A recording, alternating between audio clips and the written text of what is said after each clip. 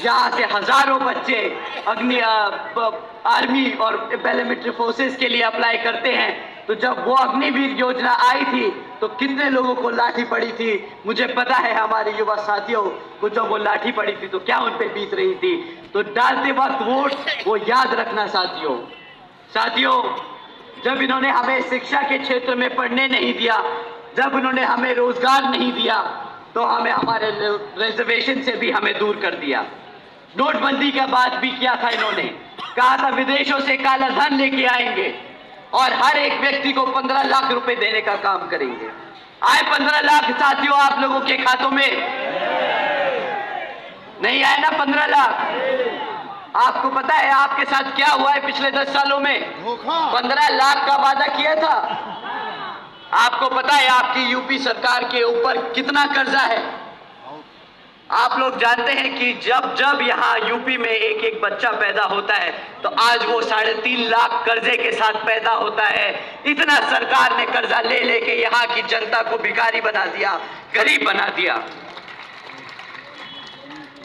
तो साथियों, इन लोगों से सवाल करना, साल के 12,000 रुपए के बदले 2.5 लाख का चूना, 2 करोड़ नौकरियों के नाम पर डंडे मारना और महंगाई के नाम पर सब्सिडी देना, हमें नहीं चाहिए ऐसी भारत की सरकार। ये कोई विकसित भारत नहीं, ये कोई विकसित भारत नहीं साथियों, इसी क्रम में समाजवादी पार्टी भी आप लोगों के बीच में आकर आपसे वोट मांगने का काम करेगी। परंतु साथियों, ये वो पार्टी है जिस समाज ने इनको एक तरफा वोट डाला था 2022 में। आप जानते हैं किस समाज की बात कर रहा हूं मैं? आप जानते हैं किस समाज की बात कर रहा हूं मैं? साथियों, हमारे मुसलमान भाइयों ने इन्हें एक तरफा वोट डाला 2022 के इलेक्शन में। परंतु पिछले 2.5 साल से जब जब हमारे इस समाज पर अत्याचार हुआ, इन लोगों के नेता मुंह पर टेप लगाकर अपने घरों में बंद बैठे रहे। इनकी हिम्मत नहीं हुई कि हमारे समाज के लिए ये खड़े होकर लड़ सके साथियों। परंतु जब रिजर्वेशन एंड प्रमोशन का बिल राज्यसभा में आया तो इनके मुंह से वो टेप उतर गए। ये राज्यसभा पहुंच गए और वो बिल फाड़ने का इन्होंने सबसे पहले काम किया। आप बताइए, ऐसी पार्टी को वोट देने लायक है कि नहीं? आप ही बताइए। जिंदाबाद जिंदाबाद जिंदाबाद जिंदाबाद, हम आपके साथ हैं, हम आपके साथ हैं।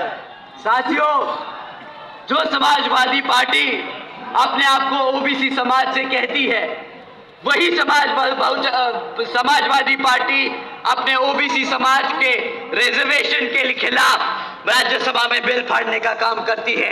इन लोगों को वोट डालना मतलब अपने समाज से गद्दारी करने बराबर होगा साथियों। इनको वोट डालना बिल्कुल नहीं।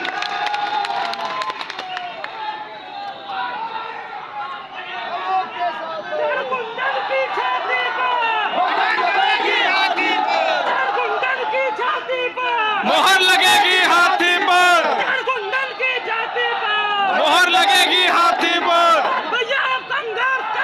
हम आपके साथ हैं साथियों, हम आपके साथ।